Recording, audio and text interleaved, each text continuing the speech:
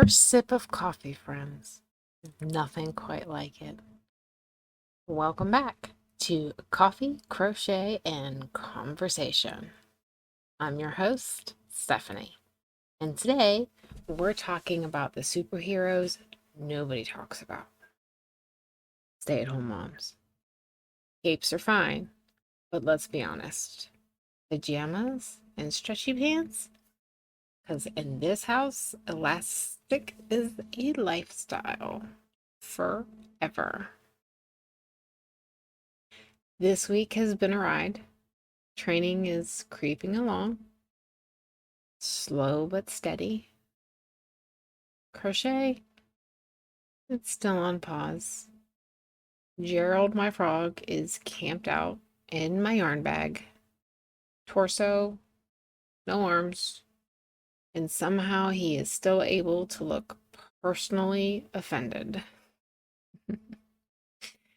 And school's back in session. Week 1, complete. Tech issues? Oh, they showed up. Laptops freeze. Logins only work on the 17th try. It's like trying to enter your password on your calculator. Nothing made sense. Everything beeped. And yes, I may have threatened my Wi-Fi router with exile. I spent more time troubleshooting than teaching. Schedules spun like a tilt-a-whirl. But hey, we survived. So if you're listening, give yourself a mental high five. Surviving week 1 is no small feat. And if you're still on vacation, lucky you. So grab that second cup of coffee, pick up your project, maybe, if it'll stop judging you, and let's chat about the pajama-powered power moves that keep us going, including how I survived a 2 a.m. allergy wake-up without losing my sanity or the sheets. All right, let's talk about the real MVP of stay-at-home life. Loungewear. Yes, loungewear. Society wants us to believe productivity requires blazers, heels, and a motivational PowerPoint. But let me tell you, comfort is power. Stretchy armor, those are our power suits. Think about it. You can chase a toddler, answer a million emails, prep lunch, tackle laundry mountain, and still look somewhat human. All while wearing pants with an elastic waistband that feels like a nice warm hug from the universe. Productivity? Check. Sanity? Sometimes. Mostly? Maybe? Hopefully? But hey, we're trying. Of course, there is a downside. Stretchy pants do stretch, my friends, which means it is dangerously easy to ignore that scale when you've been living in them for 3 days straight. But you know what?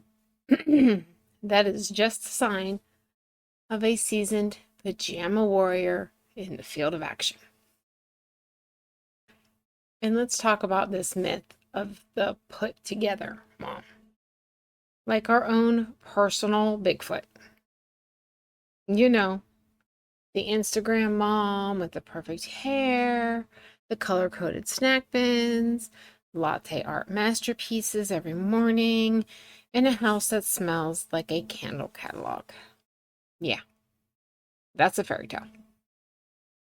Now, some of those moms have nannies, some have housekeepers, or some just have a camera-ready corner while the rest of the house looks like a bomb went off. Reality? Sticky floors, Cheerios in the couch cushions, and hair that looks like it has a personal vendetta against you. And honestly, that is okay. I remember my own transformation from working mom juggling a 2-year-old and a 1-year-old to a full-time stay-at-home mom. I went from business clothes and deadlines to diapers and snack negotiations. And then at first, it was really hard. You're trading structure for chaos. Guilt creeps in because your work, and it's still work, doesn't come with a paycheck. And no, it was not my husband saying that. It was that Earl guy again. Remember we talked about him last episode? Whispering that my family was suffering because my work didn't come with a dollar sign attached. Never mind that my kids were thriving, or that my husband finally had breathing room. But once I worked through that guilt, I would not trade this domestic couture for the world, even if sometimes it does make me question my life choices. So yes, loungewear equals power suits. And if Earl doesn't get it, well, he can kick rocks or go iron his own khakis in silence. All right, it's time for our favorite chaos corner, the Chapins, where it's sometimes crochet related, occasionally parenting, but always, well, a disaster. This week's tale explains why my bloodstream is 80% coffee and 20% sheer willpower. So picture this. It's 2 a.m. I am blissfully asleep in my pajamas. The bedroom's nice and cool. The cats are curled up against my back. My furnace husband is snoring all the way on his side of the bed. And I'm probably dreaming of a house that cleans itself. Then, achoo! A sneeze detonates in my ear.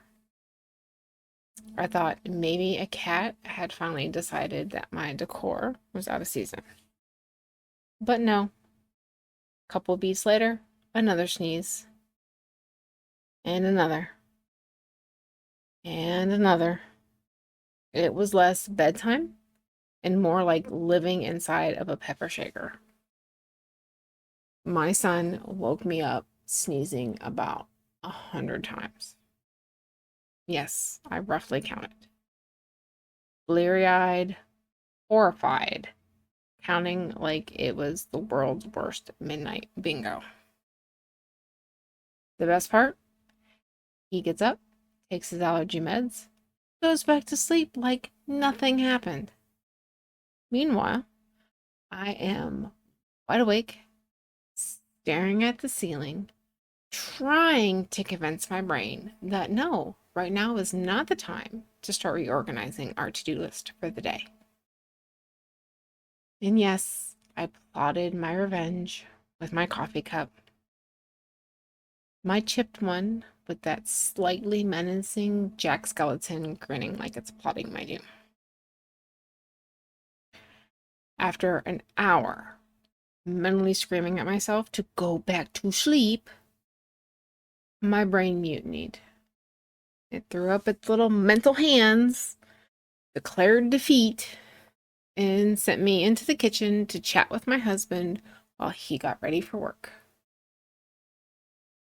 I survived the entire day on stubbornness, one full pot of coffee to myself, and hope that maybe, just maybe, pajamas count as armor against exhaustion.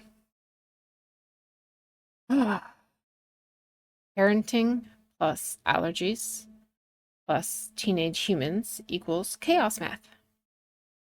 And the only constant, coffee. Coffee. And maybe the laundry pile. But coffee's more loyal, and at least you're happy when you see it. Oh, and side note, if anyone invests in that self-cleaning house, I will be first in line, coffee in hand, and pajamas on his armor. Next up, let's talk about something that every stay-at-home mom knows all too well. Patience under pressure.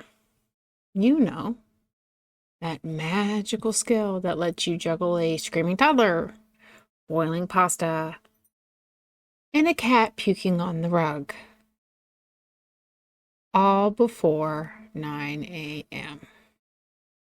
Because let's be real, parenting is basically a full-time, high-stakes game of tantrums, snack negotiations, meltdowns, sometimes the kids, sometimes your own, and sibling wars, with a little dash of teenage snark for flavor.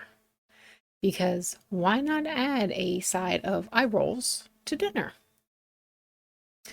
Then there's the emotional labor. Keeping your cool when the house looks like a tornado hit it. When the toddler is screaming and the teenager is rolling their eyes like it's an Olympic sport. And the icing on the cake? Everybody looks to you because they want to know what's for dinner, how soon is it coming, and whether or not they're allowed to complain about it. Exhausting, right? 3 stars. In my kitchen, service is slow. The chef is definitely moody, but the coffee refills are always excellent. And don't forget the isolation, especially when the kids are little. It takes an hour to pack the car, only to have to turn right around because you forgot something like diapers. Or the kid has a meltdown that has reached full Broadway performance level, complete with costume change and dramatic exits. Some days, the walls feel like they're closing in, and you start bargaining with yourself. If I fold 5 shirts, I get a fresh cup of coffee. Spoiler alert, sometimes I fold 2 shirts and still get the coffee. Don't judge me. And then your partner walks in, and suddenly you are full on TED Talk with a captive audience who did not realize that they had signed up for the premium subscription. Sorry, honey, refunds are not available. It takes some adjustment on their part too, because let's be honest, half the stuff you're chatting about, they don't really care. But if they're an understanding partner, they know you need to get it out. But here's the thing. It's important to celebrate the silent wins, those little victories that nobody else sees. Sipping coffee while it's still hot, stepping on a clean patch of floor, getting to put the laundry away without a meltdown, or in my case, when my kids were little, getting both kids to nap at the same time. Or even if it's sneaking a hidden Twinkie like a spy on a covert mission, it counts. Pro tip, keep the snack stash in a decoy box labeled quinoa. And honestly, that's what this podcast is about, shining a light on chaos, but also celebrating those tiny secret mom victories. So remember, small win, big exhale, coffee first, chaos later. And if you can, smuggle yourself a Twinkie from that quinoa box. All right, friends, time for Brews News, extended edition. Because sometimes a single sip of information is just not enough. And with everything going on, my way of fighting back is to share information. So this is the new format. So grab your coffee, maybe a donut, because some of this is heavy cream material. So the first part is the sip. Apparently, a convicted sex trafficker, someone with a documented history of lying, is supposed to be believable about the Epstein case. Yeah, That's the headline. Buckle up. Because apparently, Vanity did not get an invite to the party. The spill. Are we really meant to buy this woman's testimony? Multiple women have accused Epstein of sexual assault. But if you listen to her testimony, she said he kept them around for their music recommendations. Please. He could have turned on MTV. Then she also complained that she never got to tell her side. You had a trial. And during a trial, you have the right to testify. That's when you tell your side. And she chose not to testify. And then her story didn't even stay consistent. First, it was she never recruited anybody from Mar-a-Lago. And then it was, it's not impossible. I might have. Donald Trump himself said that they stole girls from his spa at Mar-a-Lago. So, which is it? Also, about this no list claim, it's semantics, okay? I doubt he had like a master, literal little black book of a list. Okay? But with all the evidence, you can compile a list. How can you sex traffic if you did not have anyone that you trafficked to? The people he trafficked to would be the list. Again, semantics. The kind they love to twist into a shield against the actual truth. Because, of course, sister. It's the whole playbook. It's say one thing and do another. Promise everyone the sun, and then give them a flashlight with no batteries. And then you tell them that it's promises made, promises kept. And when you call them out for it, they gaslight.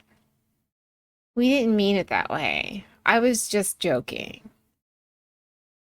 Well, actually, by not doing it, it's actually doing it better than it would have been if we would have did it. The way this whole thing with her testimony was conducted screams staged and cover up. Of course. If you want receipts to what I'm saying, I recommend for anything legal, you check out Legal AF. They have Substack, YouTube, podcast. Also, Midas Touch. That is my go-to source for news. I like them because they don't just say it, they back it up with clips, court documents, stuff like that.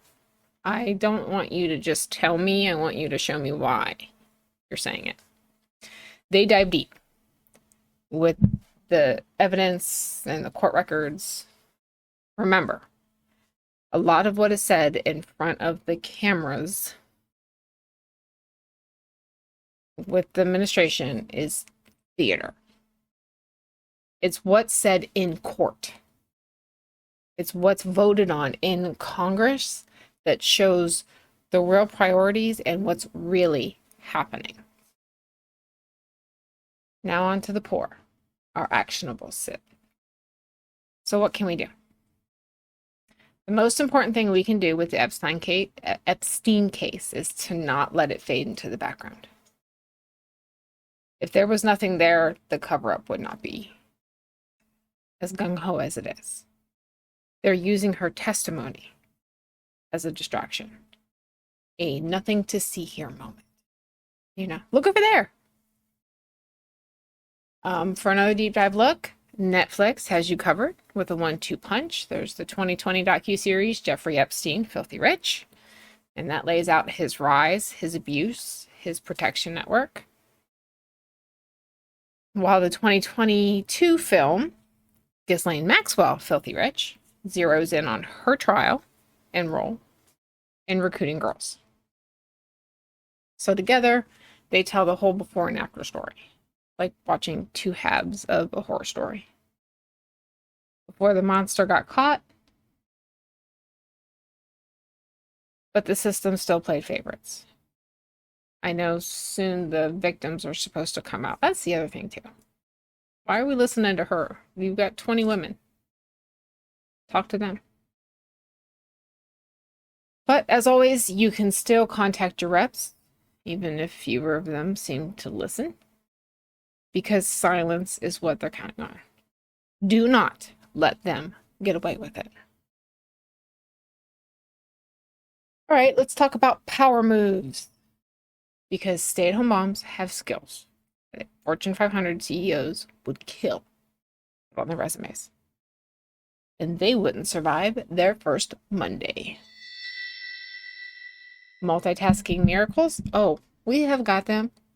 We're folding laundry with one hand while refereeing what can only be described as World War III in the living room. That takes strategy, diplomacy, and reflexes.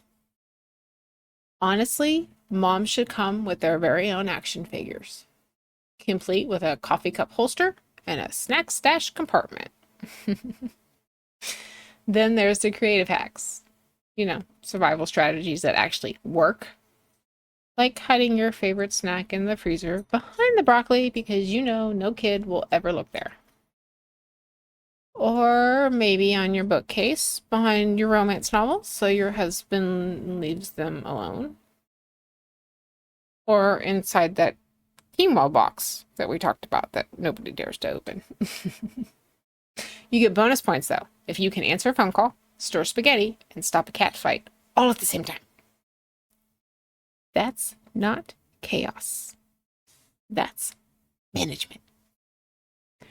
Although HR still has yet to get back to me about that raise. And let's not forget the tiny victories that feel huge. Is that laundry basket empty?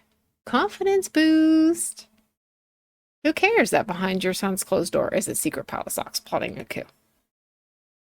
You were able to take a shower without a kid barging in or a dog taking a peek. Another confidence boost. You remember picture day, and not only did you send your kid to school in clean clothes, but you combed their hair. That is not a win. That is basically a Super Bowl parade. So yeah, never underestimate the coffee-powered multitasking mom, because every little power move adds up to one big truth. We are running the show. We are kicking ass, and we are doing it in yesterday's sweatpants. I also want to make a little side note here. I say stay-at-home mom, but it could be a stay-at-home dad. I say mom because in my family, I'm the mom and I stay at home. But any stay-at-home guardian, just implement your own term. And please excuse my dog who has decided that now is the perfect time to interrupt. All right, friends, start winding down. I want to start a new segment called Card of the Day. Each week, I will feature a tarot card.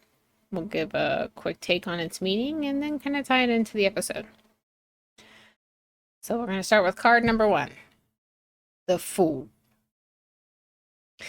And don't worry, we're not calling anyone names here. In tarot, the Fool is actually a power card. It's a fresh start. It's stepping into the unknown and having faith that even if you don't have it all mapped out, the path will open as you go. And honestly, could there be a more perfect parenthood card? Parenting is one giant fool's journey. From that first positive test, or in the case of my adoptive parents, that life-changing approval call. You're just figuring out as you go. There's no manual. The starter kit's still pending right alongside the adulting one I asked for. No guaranteed outcomes. Just trial, error, and laughter. The Fool also reminds us of the possibilities. That chaos can lead to growth. Those pajama power days with tantrums, laundry mountain, and coffee reheats are also packed with chances to laugh, to learn to start fresh when yesterday felt impossible. Again, sometimes it's just as small as rescuing your coffee cup from the microwave before the third reheat, or as sneaky as finding that Twinkie in the quinoa box. Little wins feel like magic. Like that first sip of coffee still hot enough to steam your glasses, or that buttersweet smell of the Twinkie hitting you before the wrapper's even off, or the warm weight of a sleepy cat in your lap while the day decides what it wants to be. So take the full as your permission to slip. Let's try that again. See? Take the full as permission, your permission slip to embrace the unknown. Lean into the mess, like I just did. Trust the journey. And remember, even if you do not have it all together, you're doing the work. And that is always what matters more than perfection. And speaking of powerful journeys, let's land today's final thought. So let's bring it all together. Pajamas, patience, and power moves. They just don't make stay-at-home moms or dads or grandmas unstoppable. They make us legend. Wait for it. Dairy. Forget the superhero cape. We got elastic waistbands, messy buns, and an uncanny skill of reheating the same coffee 3 times and then drinking it cold. And who cares when we last showered? Not us. Not today. Own the cape, even if it's fleece, dusted with goldfish cracker crumbs, and probably wearing a few coffee stains. You are still showing up. You are still loving your people. You are still finding your personal power in the middle of the chaos. And that is no small thing.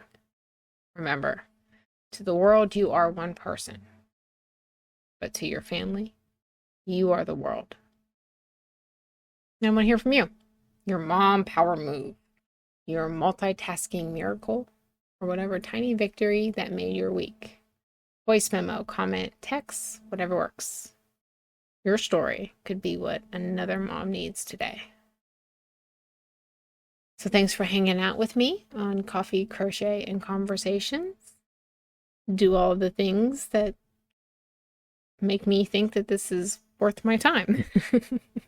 Like, follow, share, subscribe. Talk to your friends about it. Until next time, keep creating, keep caffeinating. May your stitches be sassy, your coffee strong, and your full energy fully unleashed.